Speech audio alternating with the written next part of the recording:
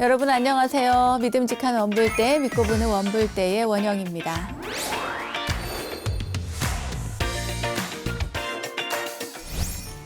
비구들이여 나는 모든 속박에서 벗어났다. 그대들도 또한 모든 속박에서 벗어났다. 비구들이여 길을 떠나라. 중생의 이익과 안락을 위하여 세상에 대한 자비심을 가지고 존재하는 모든 것에 대한 자비심을 가지고 신들과 인간의 이익과 행복을 위하여 길을 떠나라. 둘이 함께 같은 길을 가지 마라. 비구들이여 처음도 좋고 중간도 좋고 끝도 좋은 바른 의미와 문장을 갖춘 법을 설하여라. 완전하고도 청정한 수행의 삶을 보여주어라. 세상에는 더러움에 덜 물든 사람들도 있다.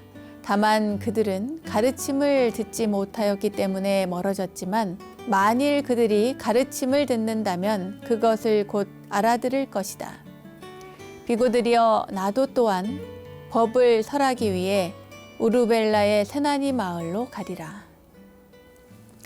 자, 오늘은 부처님의 전도 선언으로 시작을 해봤습니다. 전도 선언은 부처님께서 60명의 제자들이 전부 아라한이 되었을 때 제자들을 향해서 전법의 길을 떠나라고 말씀하신 내용입니다. 비구들이여 길을 떠나라. 만약 부처님이 이 전도 선언이 있지 않았다면 이 좋은 불교 우리는 아마 만나지 못했을 수도 있겠죠. 중생의 이익과 안락을 위해서 모든 존재들의 이익과 행복을 위해서 길을 떠나라는 부처님의 전도 선언은 그래서 더 비장하고 그래서 더 우리들에게는 무한한 사랑으로 다가오는 것 같습니다. 자, 부처님 가르침대로 우리의 안락과 행복을 위해 오늘도 더 열심히 공부를 해봐야겠죠? 새롭게 꾸며가고 있는 원불대 시즌2에서는 시즌1에서 열심히 공부한 내용을 바탕으로 스스로를 점검하는 시간입니다. 지난 시즌1에서 공부한 것을 바탕으로 포교사 문제나 승가고시 문제 등을 활용해서 실전 문제를 풀어보고 있는데요. 오늘 함께 문제를 풀어보면서 혹시나 잘 이해가 되지 않거나 또 머릿속에 콕콕 넣어보고 싶은 분들은 BBS 너튜브 원영스님의 불교 대백과를 찾아보시는 것 잊지 마시고요. 자, 그럼 오늘 공부 시작해 보도록 하겠습니다. 여러분 어서 모이세요.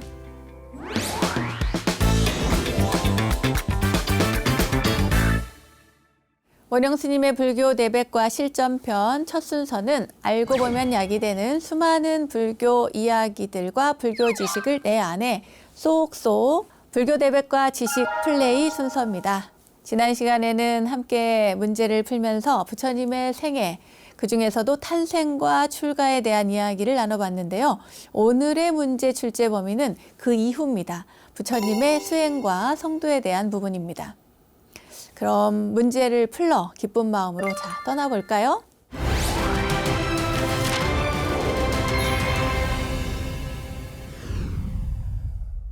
오늘 첫 번째 질문 보도록 하겠습니다.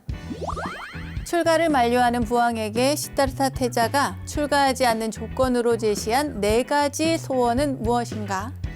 1. 구하는 것은 무엇이든 얻는 것. 싫은 사람과 만나지 않는 것. 사랑하는 이와 영원히 함께 사는 것, 영생을 얻는 것. 2. 사랑하는 이와 영원히 이별하지 않는 것, 영원한 젊음, 영원한 건강, 영원한 삶. 3. 영원한 권력, 영원한 부귀, 영원한 명예, 영원한 쾌락. 4. 전 세계를 통치하는 것, 충성스런 신하, 아름다운 궁전, 종족 간의 화합. 자, 풀어보세요.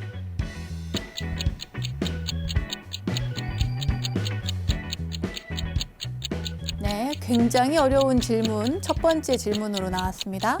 그럼 정답을 한번 볼까요? 정답은 2번입니다. 사랑하는 이와 영원히 이별하지 않는 것, 영원한 젊음, 영원한 건강, 영원한 삶. 네, 이것을 부왕에게 출가하지 않는 조건으로 제시를 했는데요.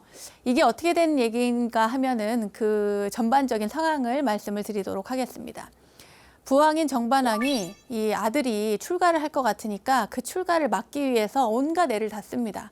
그래서 뭐 봄, 여름, 가을, 겨울 쉴 수 있는 궁전들을 막 만들어 놓고 그 궁마다 가서 놀고 쉬게 할 수 있게 만들고요. 세상에 지저분하고 거칠고 안 좋은 것들은 다 없애버리고 오로지 좋은 것만, 맛있는 것만, 아름다운 것만, 심지어 그 궁녀들도 최고 예쁜 궁녀들만 뽑아서 그 태자 옆에 둡니다.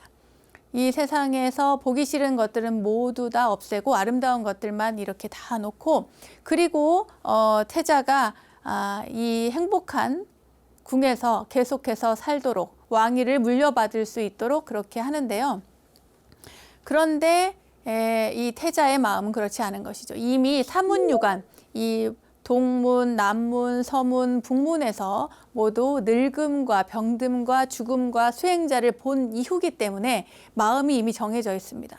나는 이제 가야겠구나 라고 생각을 하는데, 정반왕이, 부왕이 너무 말리는 거예요. 아버지가 아들이 출가하는 거를 당연히 막겠죠. 막는데 그때 부왕이 너무 말리니까 또 태자가 한번 갑니다. 가서 부왕에게 만약에 제 소원을 들어주신다면 저는 출가하지 않겠습니다. 그때에 제시한 그 조건이 바로 이것들입니다. 사랑하는 이와 영원히 이별하지 않는 것. 네, 여러분 사랑하는 사람과 이별하지 않을 수 있습니까? 사랑하는 사람과 이별하지 않을 수 있다면 얼마나 좋겠어요. 네, 사랑이 꼭 이성적인 것만을 이야기하는 게 아니니까요. 내가 아끼고 사랑하고 너무나 좋아하는 내 어머니 또는 뭐 내 자식 헤어질 수 없나요?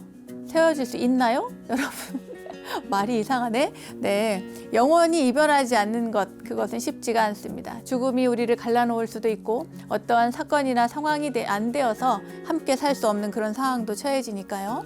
네, 자, 그리고 뜻밖이에요. 영원한 젊음을 주십시오. 부왕에게 이야기하는 거죠. 영원히 젊음을 저에게 준다면, 제가 늙고 병들지 않고 죽지 않을 그러한 젊음을 주신다면 저는 출가하지 않겠습니다. 이렇게 얘기하는 거죠. 자, 영원한 건강이에요. 병들지 않게. 내가 만약에 병들지 않는다면, 그렇다면 출가하지 않겠습니다. 영원한 삶. 제가 죽지 않도록 해주신다면 저는 출가하지 않겠습니다. 이런 거예요. 그러니까 생로병사를 해결해주면 제가 출가하지 않겠습니다. 라고 부왕에게 말씀을 드리는 거죠. 자, 그런데 제 아무리 한 나라의 왕이라 하더라도 생로병사를 해결하지는 못하죠. 그죠? 네, 그 누구도 이 문제는 해결할 수가 없습니다. 그래서 이러한 조건들을 내세웠고 그 소원이 이루어지지 않는다는 것을 알기 때문에 태자도 부왕도 뭐랄까요? 암묵적으로 이미 알고 있죠. 출가를 하게 되는 것입니다. 건강식품 많이 먹으면은 좋을 것 같기도 하고, 네, 계속 또 뭐 염색도 하고 하면서 뭔가 그런 생각을 하신다면 절대로 그런 일은 없습니다, 여러분. 네, 자, 이 문제는 굉장히 어려웠어요. 굉장히 글쎄요, 상의 문제가 아닌가 싶습니다. 자, 다음 문제 보도록 하겠습니다. 출가한 뒤 시다르타의 행보에 대해서 잘못 서술한 항목을 고르시오 했습니다. 야쇼다라는 남편의 출가 소식을 듣자마자 출가의 길을 떠났다. 2. 야쇼다라는 마부 찬나로부터 남편의 출가 소식을 들었다. 3. 시다르타는 야쇼다라에게 아무 말도 하지 않고 길을 떠났다. 4. 찬나는 태자의 보석 장신구를 야쇼다라에게 전해주었다. 네, 여러분, 시다르타의 행보에 대해서 잘못 서술한 항목, 출가한 직후에 일어난 일들이에요. 자, 정답을 한번 찾아보십시오.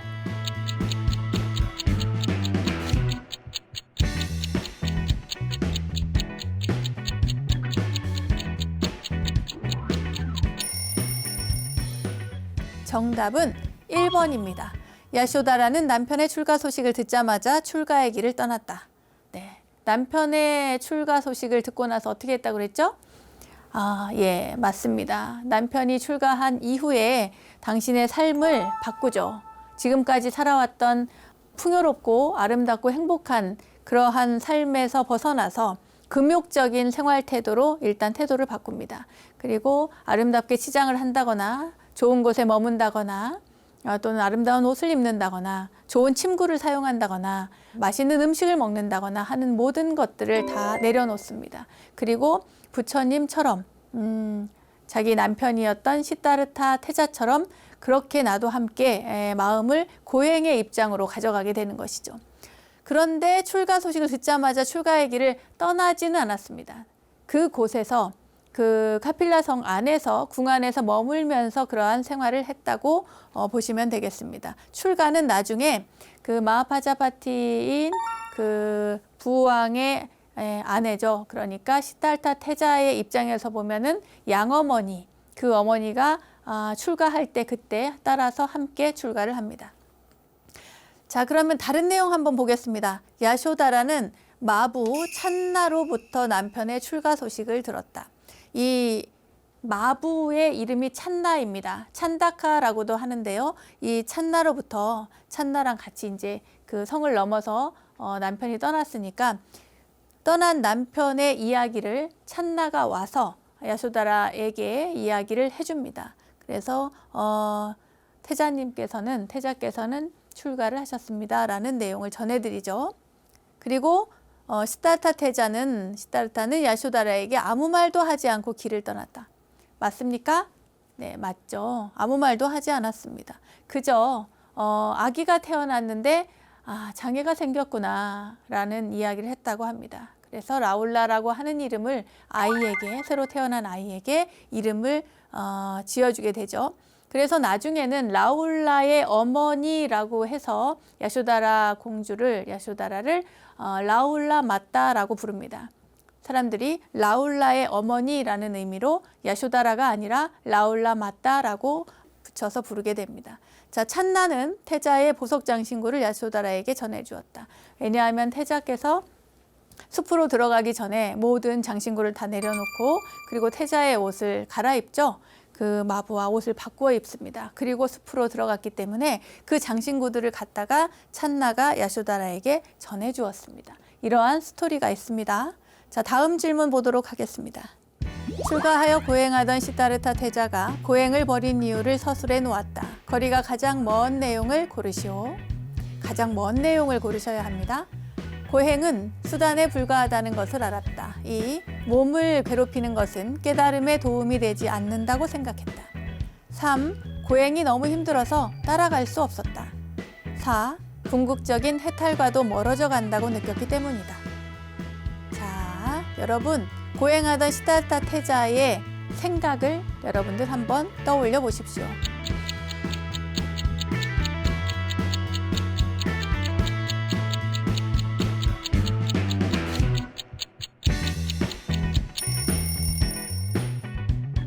정답 보도록 하겠습니다.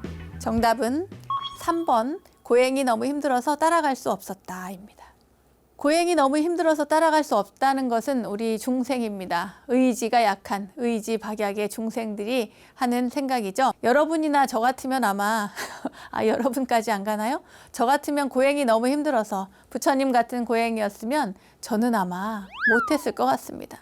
네, 고행은 수단에 불과하다는 것을 알았다. 1번. 네, 고행은 수단에 불과하다. 정말 그렇게 생각을 하셨죠? 부처님은 정말 이렇게 배를 만지면 이 뒤에 있는 등뼈, 척추뼈가 만질 정도로 그렇게 배가죽이 달라붙을 정도로 고행을 하셨습니다. 그런데 아무리 고행을 해도 궁극적인 깨달음에 이르지 못한다는 것을 아시고 이것은 고행이라고 하는 것은 극단에 치우쳐서 이것은 어느 정도 수행하는 데에 있어서의 방편이지 이것을 끝까지 가는 것은 옳지 않다. 이것은 수단에 불과하다는 것을 알게 되었고 그리고 2번 몸을 괴롭히는 것은 깨달음에 도움이 되지 않는다고 생각을 합니다. 실제로. 왜냐하면 아무리 몸을 괴롭혀도 이것이 어느 정도까지는 이루어지지만 경지에 이르지만 그 다음에는 이것이 오히려 방해가 되어서 마음의 번뇌와 갈등을 일으키게 되기 때문입니다. 그러니까 부처님께서 설하신 중도의 가르침도 여기에서부터 발생이 됩니다. 말하자면 극단으로 치우치는 것은 그 어떤 것도 하지 마라. 너무 극단으로 쾌락을 추구하는 것도 안 되고 극단으로 몸을 괴롭히는 것도 안 된다. 그것은 바람직하지 않다는 것이죠. 그리고 궁극적인 해탈과도 멀어져 간다고 느낍니다.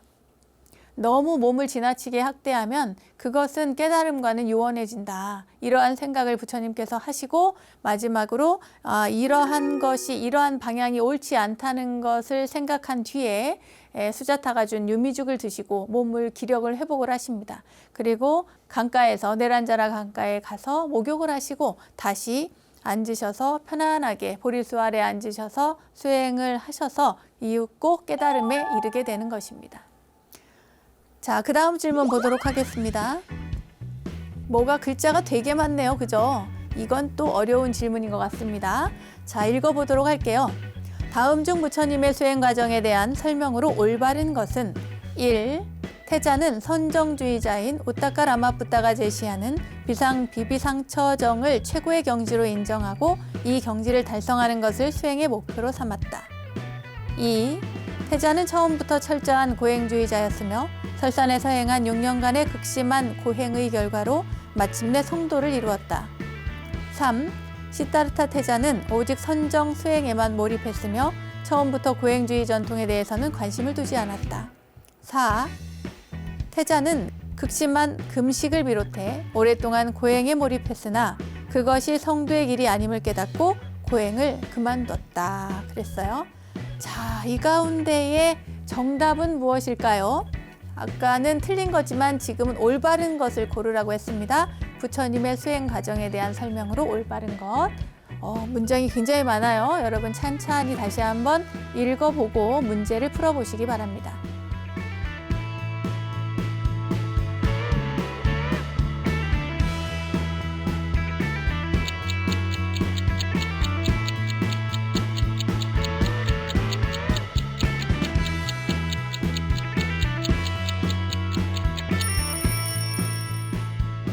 네, 고르셨을까요?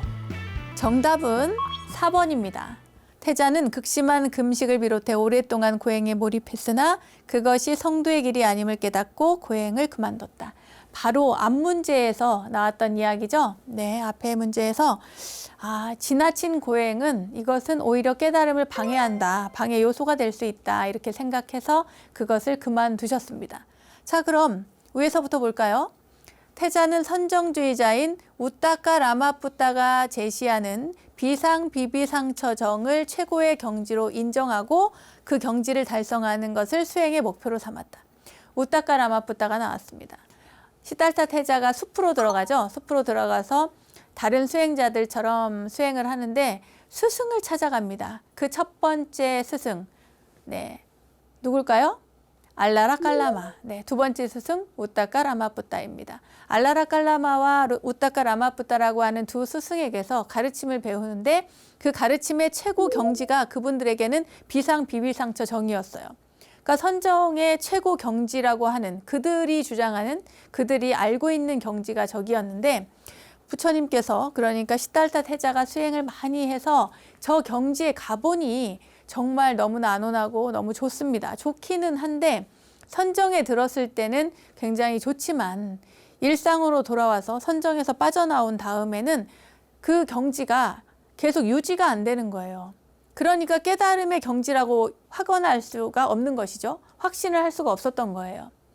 이러한 경지가 있구나. 이것이 선정의 최고 경지구나. 생각도 아니고 생각이 아닌 것도 아닌 곳의 선정인 거예요. 이것은 말하자면 생각이 모두 다 끊어진 그런 경지를 이야기합니다. 생각이랄 것도 없고 생각이 아니라고 할 것도 없어. 이 말은 생각은 없으나 그 어떠한 분별심도 작용도 일어나지 않으나 그러나 깨어있는 상태, 네, 그 상태를 비비상처정이라고 해서 그런 경지를 이야기하는데 그 경지가 보통의 일상에서 대화를 할 때나 밥을 먹을 때나 음식을 구하러 다닐 때나 탁발할 때나 그 어떤 때라도 저것이 이루어져야 되는데 유지가 되어야 하는데 그렇지 않더라는 거예요.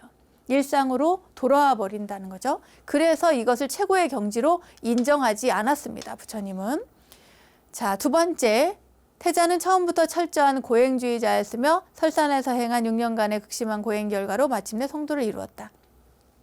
6년간의 극심한 고행의 결과로 성도를 이룬 것이 아닙니다. 마지막에는 극심한 고행이 이것을 내려놓고 극심한 고행이라는 것이 결국에는 또 다른 장애가 되어서 나를 가로막는구나 이렇게 알기 때문에 그것을 내려놓음으로써 성도를 이루게 된 것이죠.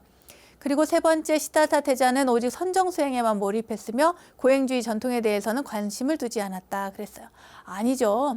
인도에서의 모든 수행자들은 기본적으로 육체를 어렵게 하고 괴롭게 함으로써 수행을 해나가고 그럼으로써 정신적인 어떤 영적 능력을 키우는 것을 수행으로 보았기 때문에 부처님도 가셔서 우따까 라마푸타 알라라 깔라마 그런 분들에게서 선정 수행을 배우고 고행을 배우고 그리고 함께했던 5 비구, 5 수행자들과 함께 수행할 때도 고행을 계속해 나갔던 것입니다. 자, 이제 이해가 가셨나요? 다음 문제 가보도록 하겠습니다. 오, 재밌는 문제가 나왔네요. 읽어보도록 하겠습니다.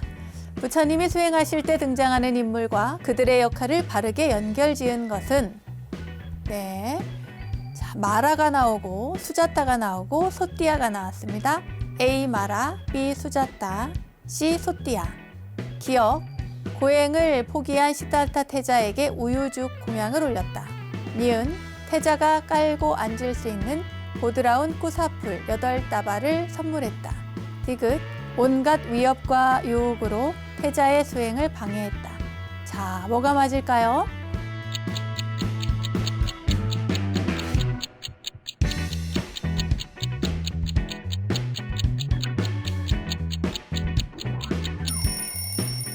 자, 정답은 2번에 있었군요. 마라는 디귿, 온갖 위협과 유혹으로 태자의 수행을 방해했고, B. 수자타는 우유죽 공양을 올렸고, C는 소띠아는 꾸사풀 8다발을 선물했고. 제일 쉬운 것부터 볼까요? 고행을 포기한 시달타 태자에게 우유죽 공양을 올렸대요. 누굴까요? 너무 잘 알죠? 여러분, 네, 바로 수자타입니다. 수자타. 수자타하고 기억이 이렇게 연결이 되죠. 자, 그 다음에 태자가 깔고 앉을 수 있는 보드라운 꾸사풀 8다발. 이 꾸사풀 누가 줬을까요? 누가 줬을까요?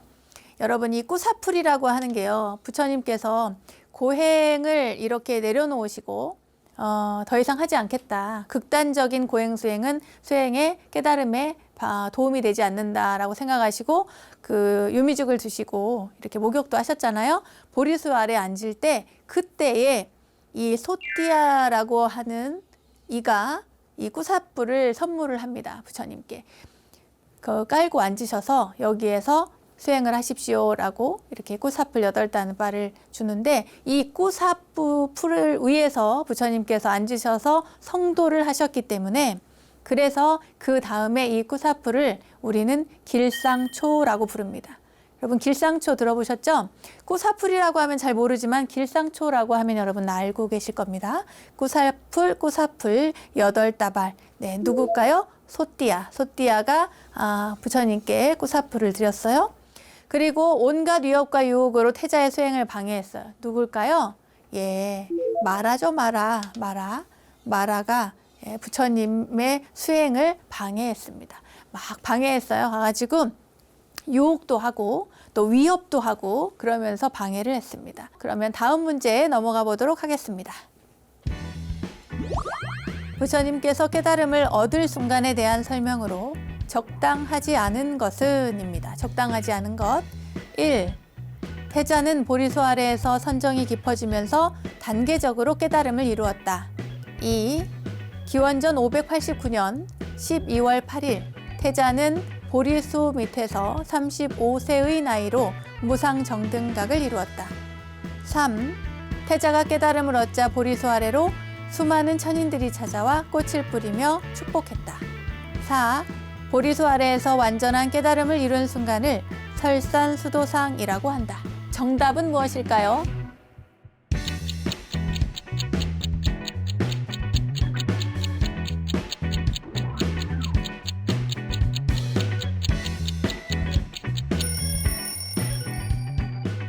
골랐습니까? 자, 정답을 보도록 하겠습니다. 정답은 4번입니다. 보리수 아래에서 완전한 깨달음을 이룬 순간을 설산수도상이라고 한다. 이 말은 옳지가 않죠. 부처님께서 깨달음을 얻을 순간에 대한 설명이에요. 깨달음을 얻을 순간. 자, 태자는 1번부터 보겠습니다. 태자는 보리수 아래에서 선정이 깊어지면서 단계적 깨달음을 이루었다. 보리수 아래에서 선정이 깊어지셨어요. 그죠? 보리수 나무, 깨달음을 이루었기 때문에 저 나무의 이름도 보리수가 된 것입니다. 아까 그 꾸사풀, 그걸 갖다 줬을 때 그 꾸사풀 위에서 성도를 이루었기 때문에 이름을 뭐라고 한다? 길상초라고 한다. 네, 그랬어요. 부처님께서 이제 보리수 아래에 앉으셔가지고 드디어 나벌 8일, 12월 8일 성도를 이루시는데 그때 당신의 존재에 대해서 관하십니다. 존재에 대해서 관을 하니까 나라고 하는 존재가 지금 어떤 상태인가. 그 상태를 알아보니 나는 태어났기 때문에 나라고 하는 존재가 있었구나. 그러면 이 태어남은 어떻게 해서 이루어졌을까? 그 생이라고 하는 것은 어떻게 해서 이루어진 것일까? 찾아보니까 그 생 이전에 바로 무언가 존재, 종자가 있었기 때문이다 이 말이에요. 그러면 존재, 종자는 어떻게 만들어졌을까? 바로 아버지와 어머니가 만났기 때문에 그 종자가 만들어진 것입니다. 그런 식으로 해서 그 이전에 무엇이었고 그 이전에 무엇이었고 계속 찾아갑니다.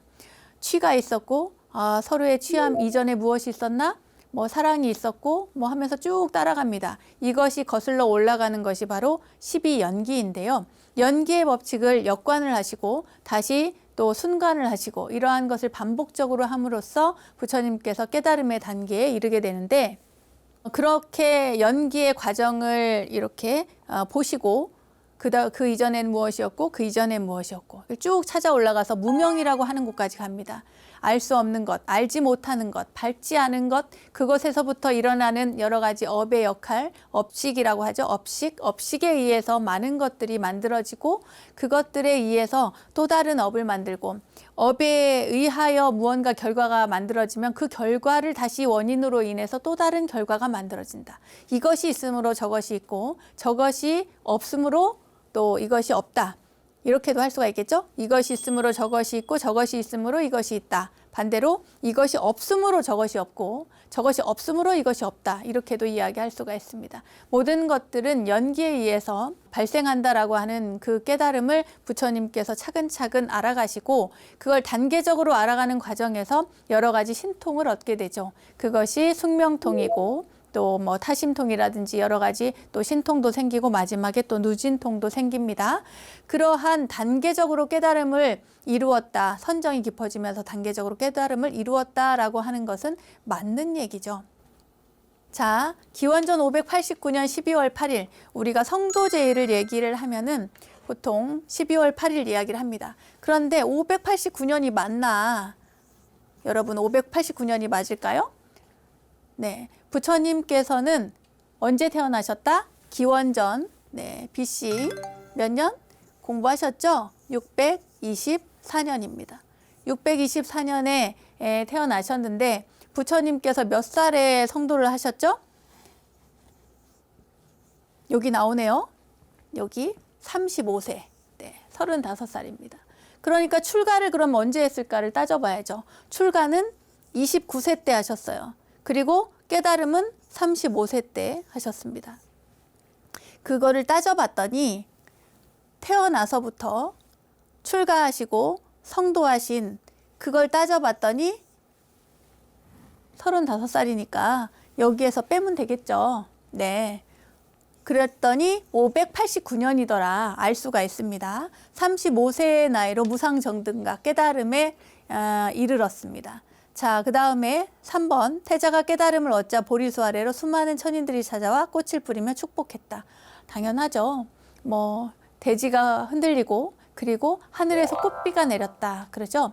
우리가 이제 큰 법회가 있거나 또는 뭐 큰 행사를 했다거나 이럴 때 그때 꽃을 뿌립니다. 예를 들어서 자비도량참법 기도를 했다. 마지막 해양날 꽃을 뿌리죠. 부처님과 천신들이 또 불보살님들의 가피로 이제 회양을 잘 하고 그리고 또 천인들이 찾아와 꽃을 뿌리며 축복했다라고 하는 그 의미까지 다 담아서 그들을 축복해 주는 겁니다. 기도를 잘했구나, 회양을 잘했구나 하면서 마찬가지로 태자가 깨달음을 얻자 보리수 아래로 수많은 천인들이 찾아와서 꽃을 뿌리면서 축복을 했습니다. 그런데 4번 이 얘기는 틀렸다고 그랬죠. 보리수 아래에 완전한 깨달음 이룬 순간을 설산수도상이라고 한다 그랬어요. 저것은 수행할 때의 모습을 이야기합니다. 요 뒤에 그림이 있습니다. 자, 이 모습이 바로 설산수도상입니다. 부처님께서 정말 이 뼈가 다 드러나는 모습으로 앉아 계시죠? 네, 고행을 하셔서 그렇습니다. 설산에서 여기 이렇게 눈이잖아요. 얼마나 춥겠어요. 근데 이렇게 추운 설산에서 고행을 하셨습니다. 드시지도 않고. 그러니까 동네 아이들이 이렇게 지나가다가 보고는 살았는지 죽었는지 몰랐다는 거예요. 그래가지고 아이들이 가서 이 부처님의 귀를 나뭇가지로 이렇게 쑤셨대요. 살았나 죽었나. 또는 지나가는데 돌을 가지고 던지기도 하고 흙을 갖다가 얼굴에 뿌리기도 하고 눈에 뿌리기도 하고 살았나 죽었나 애들이 막 놀리면서 장난도 치고 그랬다는 거예요. 너무 고통스럽죠. 여러분 작은 면봉 같은 걸로 귀를 조금만 더 깊게 쑤셔봐요. 얼마나 아픈데요. 그런데 그 나뭇가지로 귀를 쑤실 때에도 부처님께서 인내를 하셨다고 합니다. 그리고 여기 풀이 있죠. 이 꾸사풀, 이게 바로 여기에서 이제 성도를 하셨기 때문에 길상초가 됩니다. 부처님께서 고행하시던 때의 모습을 우리는 설산수도상이라고 합니다. 자, 말이 나온 김에 팔상성도를 한번 볼까요? 팔상성도를 보면은 이제 부처님의 생애를 8가지로 이렇게 구분을 해서 이야기를 하는데, 첫 번째 도솔천 내원궁에 있던 호명보살이 흰 코끼리를 타고 마야왕비의 옆구리로 들어가는 그림, 그것이 바로 태몽이죠. 태몽.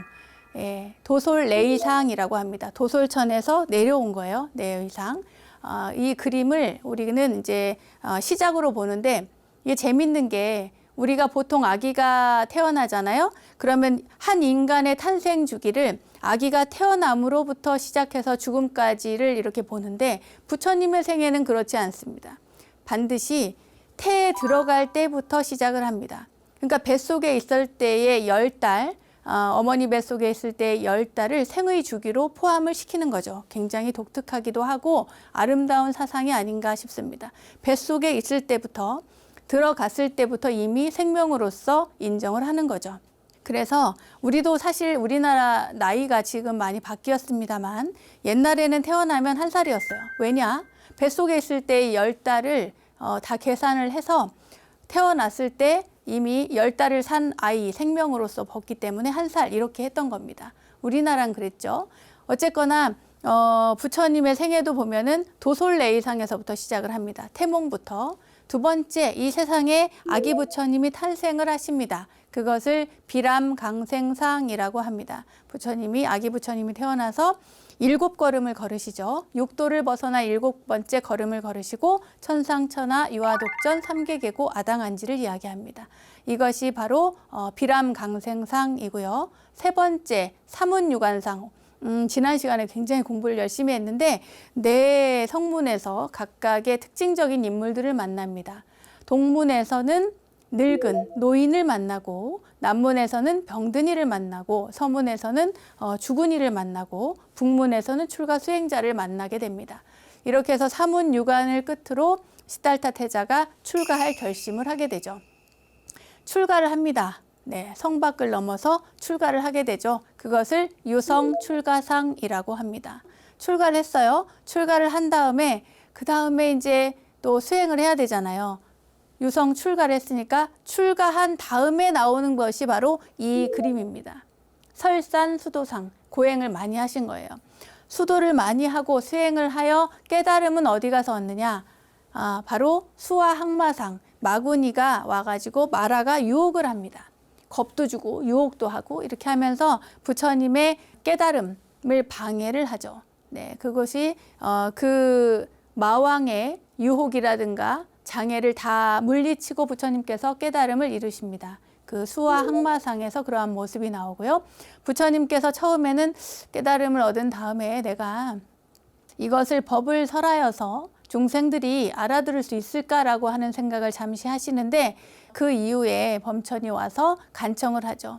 세상에는 물들지 않은 이들도 있습니다. 그러니 법을 설해 주십시오라고 하는 말을 듣고 그리고 부처님께서 마음을 내어서 전법의 길을 떠나시는데 그 전법의 길을 누구에게 제일 먼저 갈 것인가라고 생각을 하실 때 우따까 라마푸따라든지 알라라 깔라마 같은 그러한 자신의 스승들은 이미 이 세상에 있지 않았기 때문에 가지 않고 그럼 누구를 택할 것인가 했을 때 함께 수행했던 5 수행자 그들에게 찾아가서 맨발로 찾아가서 그 먼 길을 갑니다. 가서 그들에게 법을 전해 주십니다. 그것이 바로 노권 전법상이고요.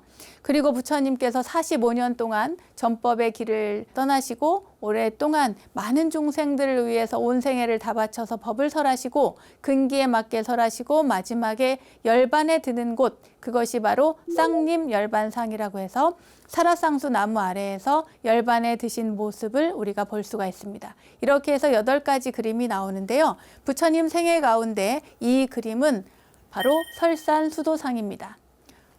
내용이 너무 길어졌나요? 자, 그 다음에 넘어가 보도록 하겠습니다. 석가모니 부처님께서 깨달음을 얻은 성도절은 이라고 하는 질문입니다.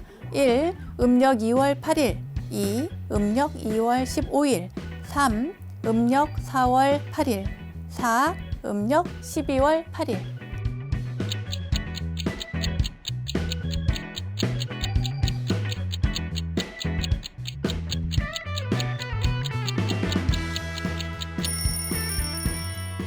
정답은? 여러분 정답은 4번 음력 12월 8일입니다. 네. 자, 음력 2월 8일은 언제죠? 2월 8일은 여기 써드릴게요. 2월 8일은 출가제일입니다. 출가하셨어요, 이때. 그리고 2월 15일은 열반에 드셨습니다. 열반. 세 번째 4월 8일은 언제죠? 부처님 오신 날입니다. 네, 여러분 부처님 오신 날 이날을 옛날에는 석가탄신일이라고 했는데요. 지금은 공식 명칭이 부처님 오신 날입니다. 석가탄신일이 아니고요. 부처님 오신 날이 우리의 공식 명칭입니다. 자, 다시 한번 보겠습니다. 음력 2월 8일은 출가제일, 음력 2월 15일은 열반제일, 음력 4월 8일은 부처님 오신 날, 그리고 음력 12월 8일은 바로 언제요? 성도절, 성도제일입니다. 네. 오늘 여기까지 공부를 할까 합니다. 여러분들 공부하시는데 어려움이 있으실지 모르겠습니다. 왜냐하면 오늘 첫 번째, 두 번째 문제가 굉장히 난이도가 높았습니다. 여러분 반복해서 보시고요. 그리고 내가 불교 공부를 얼만큼 했는지 알아보는 기준점 원영 스님의 불교 대백과를 통해서 확인해 보시면 되겠습니다.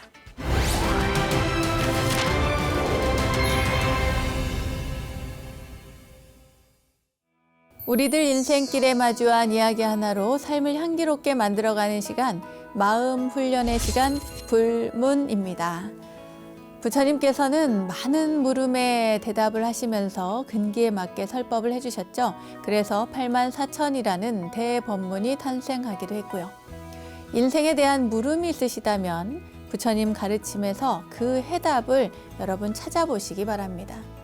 자, 생각을 키우고 마음을 훈련시키는 오늘의 이야기는 맞지마니까야 22 독사의 비유경 중에 뗏목의 비유에 대한 물음입니다. 부처님께서 말씀하십니다. 비구들이여, 나는 법이 뗏목과 비슷하다는 것, 즉 뗏목은 건너기 위한 것이지 붙잡기 위한 것이 아니다라는 것을 가르치겠으니 잘 듣고 집중하라. 비구들은 네 스승님이라고 대답을 했습니다. 길을 따라 여행하는 사람이 있다고 가정을 해보라. 그는 가까운 강가는 위험하고 먼 강가는 위험이 없는 큰 홍수를 만났다. 하지만 건널 수 있는 나룻배나 다리가 전혀 없었다. 그는 풀, 나뭇가지, 나뭇잎을 모아 뗏목을 만들면 어떨까라고 생각했다. 뗏목에 올라타서 손과 발로 노를 저으면 멀리 있는 강가까지 안전하게 갈 수 있겠지라고 생각했다. 그래서 그들은 그렇게 했다. 그리고 먼 강가로 건너간 후에는 이 뗏목은 나에게 큰 도움이 되었다. 뗏목에 올라타고 손과 발로 노를 저으며 먼 강가까지 안전하게 건너왔다. 이 뗏목을 머리에 얹거나 어깨에 메고 어디든 가는 것이 어떨까라고 생각했다. 비구들이여 어떻게 생각하는가? 저 사람이 뗏목으로 해야 할 일을 하고 있는가? 아닙니다, 스승님. 그럼 그 사람은 뗏목으로 무엇을 해야 하는가? 그는 강을 건너가서 이렇게 생각해야 한다. 이 뗏목은 나에게 큰 도움이 되었다. 이 뗏목을 마른 땅 위로 가져가거나 또는 물 위로 띄워놓고 나는 원하는 곳으로 가면 어떨까? 그는 뗏목을 가지고 그렇게 해야 한다. 이처럼 나는 가르침이 뗏목과 비슷하다는 것을 가르쳤다. 가르침은 붙잡기 위한 것이 아니라 건너기 위한 것이다. 뗏목의 비유를 이해함으로써 그대들은 가르침에 어긋나는 것은 말할 것도 없고 가르침 자체를 버려야 할 것이다.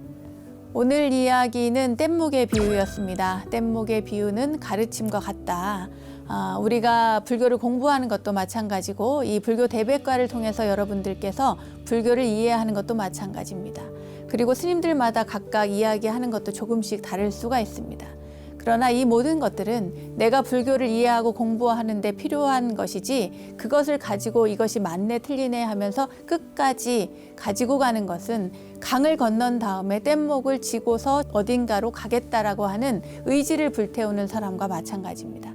말하자면 어리석은 것이죠.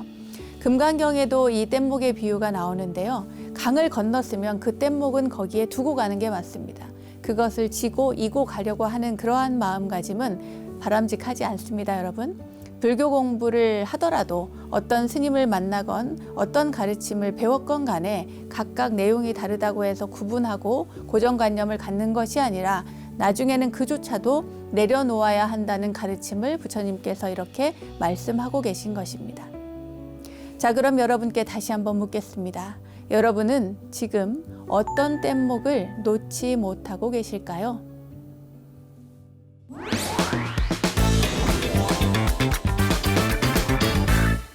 원영스님의 불교대백과 시즌2 오늘도 유익한 시간 되셨나요? 부처님의 가르침을 실생활에 적용할 수 있도록 파고 파서 설명해 드리고 있는 원영스님의 불교대백과 오늘은 부처님 생애에 관한 문제를 풀어봤고요. 부처님의 뗏목에 비유한 가르침을 전해드렸습니다. 자, 알매지혜가 가득한 시간 원불대 오늘은 여기까지입니다. 원불대와 함께 불교 공부는 물론 삶의 지혜를 찾는 시간 만들어 가시기 바라고요. 믿음직하고 믿고 보는 원불대 여기서 마치겠습니다. 공부하는 원불대, 수행하는 원불대 다음 시간에 또 만나요. 감사합니다.